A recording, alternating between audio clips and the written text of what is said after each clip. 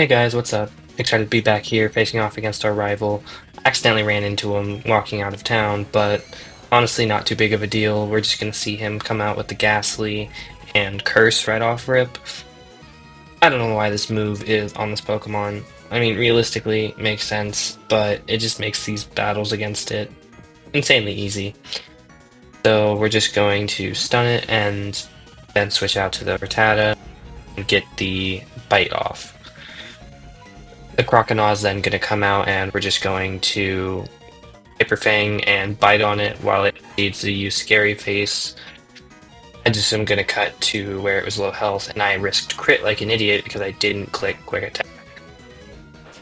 Could have went bad, but never punished. And so now we are moving on to the Zubat.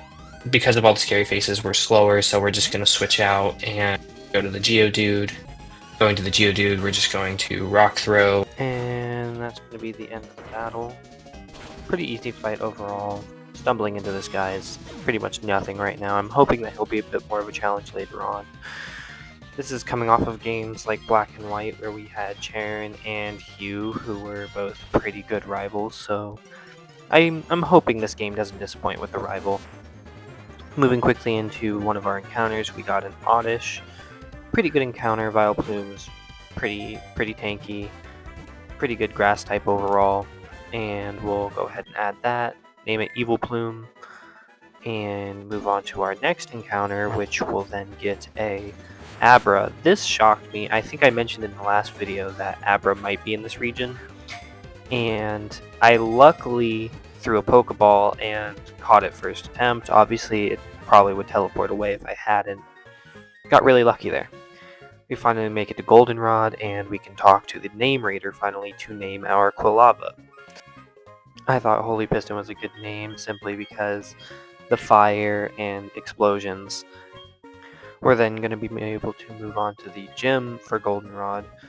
This gym is honestly a test of your skill if you're not ready. Whitney with her Miltank can be quite scary. Before we get to Whitney though, I wanted to show you guys this battle. Honestly, I was a bit nervous going into this one simply because the Jigglypuffs can be kind of tanky sometimes, and so I figured I'd show off this battle. Also, the other one in this gym was a nothing battle against a Snubbull, so this was pretty much just me paralyzing that and then going into Rattata.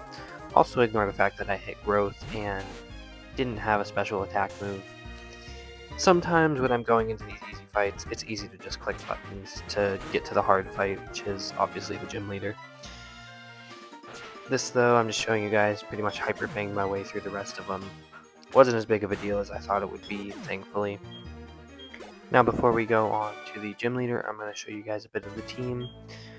We're going to be running our Weeping Bell, our Quilava, our Oddish, and then also our Rattata, Pidgeotto, and Geodude.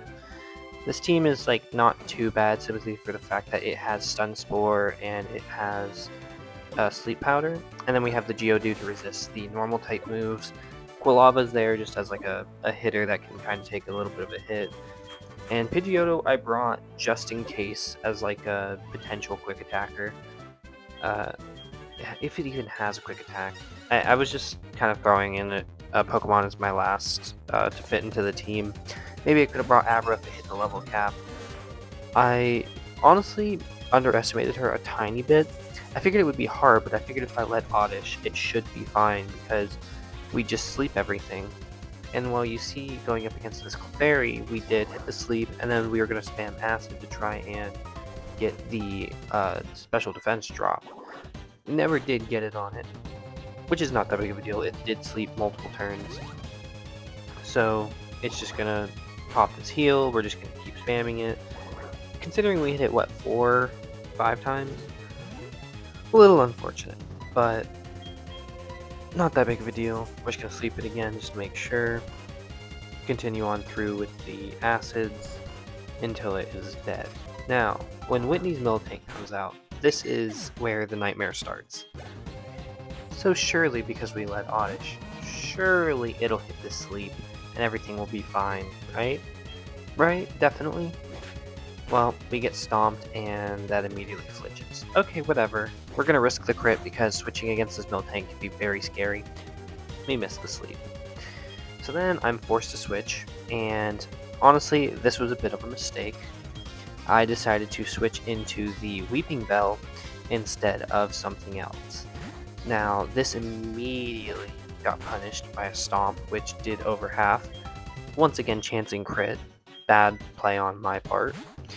We're then just going to switch out to the Geodude who resists and take the stomp. Now I see 8 health and I'm like, oof, like it's alright, but if that crits and if she keeps flinching me, we're screwed. Well, right off rip, flinched again, so I'm spamming Magnitude. It's now done a third of my HP or more, and I did maybe what, a sixth? So we're not looking too great, so I'm like, maybe I can try and PP stall this a bit. Not really a great strategy simply because it uses Attract and then that's going to eat my turns as well. Luckily I hit through. This was a big magnitude 8 hit, so now it's at half health. Problem is that she also has stuff to heal. So I'm once again just kind of fighting through the Attract and hoping for the best outcome. We're just going to go Rattata and hope that I can get a couple hits in with it before we go back to the Geodude. It immediately gets stomped, once again chancing crit. We decide to protect, once again trying to PP stall if we can. Now, this is a really rough position because we have 2 Pokemon up that can really be at full health and go in. Geodude can still go back in, but he's kind of our finisher. We're going to go Quilava, he's going to take the hit, and got crit immediately. So, thankfully that was the one that got crit because he could tank it, but also that meant that Pokemon immediately got into trouble. Now we're in a really bad situation where we can't keep switching. I'm starting to think we might have to sack stuff. I don't want to sacrifice any of these Pokemon, but if I have to, I will. I go into Geodude, keep spamming Magnitude, the Attract happens, and I'm like, okay, Pidgeotto's in the back, he's an evolved Pokemon, and we can simply just go and grab him and switch into that. Now, Dummy, I definitely should have recognized sooner that it had Rollout, which Pidgeotto would bait Rollout. What I should have done as soon as I went Geodude is go to Pidgeotto and then switch back into Geodude like I'm about to, simply for the fact that now Rollout gets baited and Geodude can just basically take 3 or 4 turns to chill and spam Magnitude. Also, it locks it out of healing itself. Honestly, I chanced way too many crits here and should have played around with baiting Rollout a lot sooner. Big mistake on my part, and I know if I do wipe, I definitely know to do that in the future. Could have went really badly. Luckily, we got lucky in the right spots and unlucky in the right spots. So, that's Whitney down. Now, moving on to this god-awful casino game that I spent way too much time on. I'm not going to make you guys sit here and watch still like 5 hours of gameplay, because you get this coin case and you play this Voltorb game, which is like Minesweeper kind of. And so essentially, you just go and play for coins. Now, this is a significant downgrade to the slots machines from before, because you could just buy coins with hacked in money. This you have to play, which, like, hypothetically, yeah, make people play the side games. That's fun. And it is a fun game. I really did enjoy it. But also, this took way too long. You're about to see that I have to go and buy items and different Pokemon.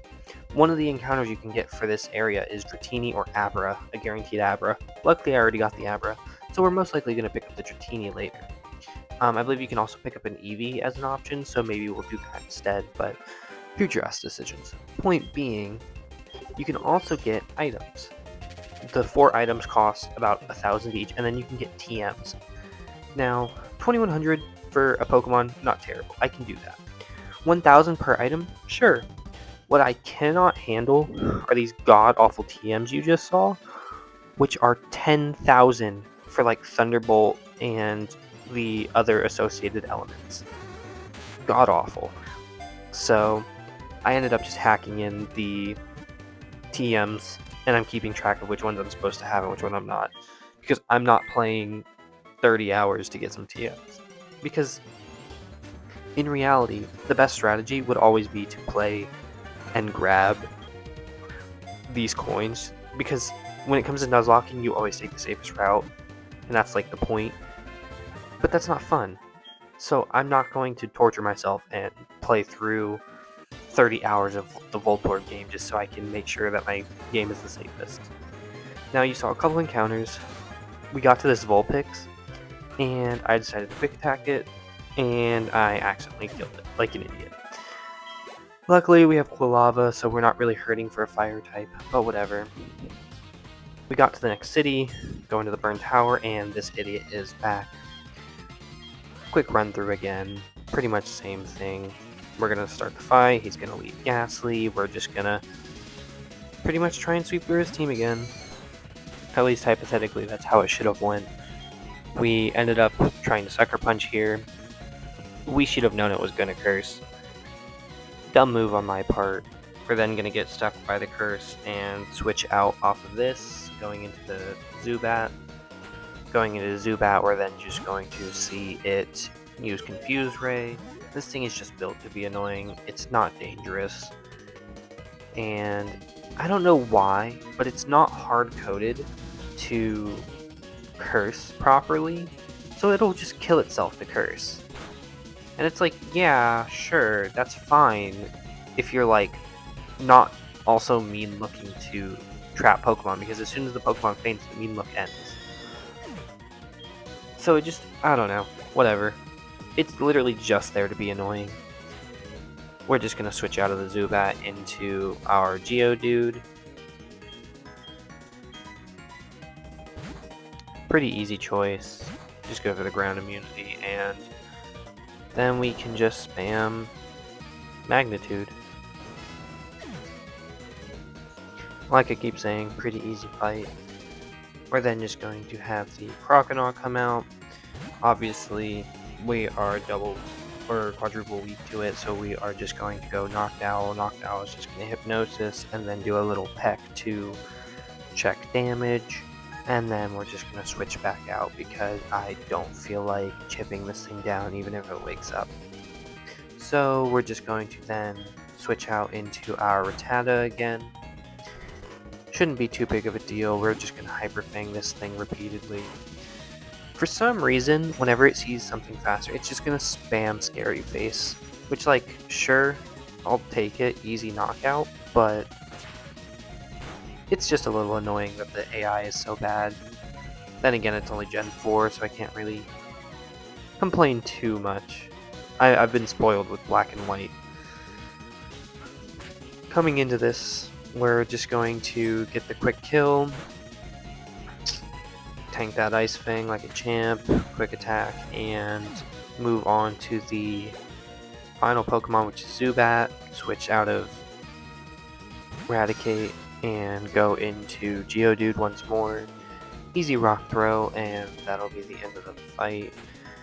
Overall, I see the potential for this team. You can have the Gengar, you can have the Crobat, you can have the Magnezone if that's in this game. Like, the potential for this team is really high. It's just the bad AI makes the low level team insufferable to like even want to fight against, simply because it's not good. It just feels like a waste of your time, and simply because I'm playing with rare candies rather than XP, like, it's not even worth the XP. Getting our quick little encounter, we're gonna get a Coughing. Honestly, I've never really played with Coughing, so this will be a good opportunity to use him, assuming we get the chance to fight a Psychic Gym Leader later on. Hopefully, I will get a chance to use our Coughing named Off King. I love this nicknaming theme. It's honestly so funny, and I love coming up with names. Noctowl being Now Colt is honestly one of my favorites. Looking at our next little battle, we made it into the gym, and we're gonna face one of the trainers in there. Gonna spam Ghastly once again. Make the sucker punch mistake. Don't kill me. It's such a dumb mistake, but it happens. Luckily, we'll be getting Crunch when this levels up to 25 to meet the cap, so this won't be happening again. We'll go Zubat. It'll get mean looked. We'll just spam Bite. That's what a lot of these fights early game are, until you run into your random fights. Bugsy, Whitney, and you're gonna see in a moment, Morty were all really good fights. It's just the in-betweens is nothing. And that's kind of annoying because I like having a little bit of a risk. I'm not saying every trainer needs to be life or death, but the fact that like most trainers in the games are just nothing is a little upsetting so far, but I'm hoping once we get further into the game, especially once we get towards like Gym 7, I'm expecting it to be a lot more of a well-rounded game. At least I can hope. We also don't see much of the villain team between these two gyms, so I'm hoping we get to see something fun with that coming up soon. Now we're just going to spam through these Ghastlies with the Hypno. This Hypno is a pretty good catch. He is not exactly the fastest, but when he evolved into Hypno from the Drowsy rather, he'll be pretty good, and I'm excited for that. He's a weird Pokemon that I've never really used. Alakazam has always been like the cool Pokemon, the cool Psychic to use, so I never really gave him a chance. And the same thing with Jinx actually from Fire Red. I never played Fire Red, so I never really got the attachment to Jinx. So I'm actually kind of excited to give another Psychic Pokemon a new chance. Luckily, he just seems to be doing his thing, sweeping through. We'll just be going Now Colt so we can get the easy damage, being a normal type. I am really disappointed, honestly, with how the normal types interact with this gym. You'd think you'd gain some kind of benefit for using them, but in reality you just end up with a Pokemon that doesn't have any resistance to it. Honestly, it's not that big of a deal, but I just wish the normal types were more fun to use in this gym. So now we're going to be looking at our team real quick. We have the Noctowl with Confusion. We're going to have the Graveler that we can go into. Crobat with Bite. Eradicate with Bite. Drowsy with Confusion as well. Quilava is just chilling there. We are honestly going into this fight pretty ready for it. Now, we'll see how this goes, because obviously these are just going to spam Curse again, shouldn't be too big of a deal, but now we have the normal type with Confusion. And Noctowl is actually pretty fast, so we can go Confusion. And now, don't kill me, I know Noctowl isn't like the fastest Pokemon, it's just fast for right now. But we can just spam Confusion on all of these. And actually, that was actually a pretty cool interaction. We have Insomnia on our Noctowl, so it can't be put to sleep. We got a free turn there, and then it kills itself with Curse. So that's pretty much Noctowl just soloing two of the Pokemon. Unfortunately, the Curse is just going to have us switch out. The thing is, this Gengar mean looks us. We could have switched out, but I wanted to hit one Confusion before we did. Then it crits. And now we're in this weird position where this should kill, but we're really low and it's faster, and I have no choice but to Confusion here. And I'm like, oh, we should be fine. Crits, kills, perfect. Now, if you've realized the problem here, you are smarter than I. I forgot about the Curse. We are on 4 health. Thank goodness Noctowl survived. Got so lucky there. Now, we could say it was skill. In reality, it was luck that we didn't get crit again. If you've been counting by this point, we've now survived, what, 5 or 6 crits, and risked 5 or 6 crits that we could have lost Pokemon to. I am honestly playing really sloppily and not being punished at all. So later on, when I complain about getting crit or comboed, into like a crit, sleep, miss, or something like that, you know where all that luck came from. It was this. Honestly, this was another fun, close gym fight where I almost lost a Pokemon. That'll do it for this one, though. See ya.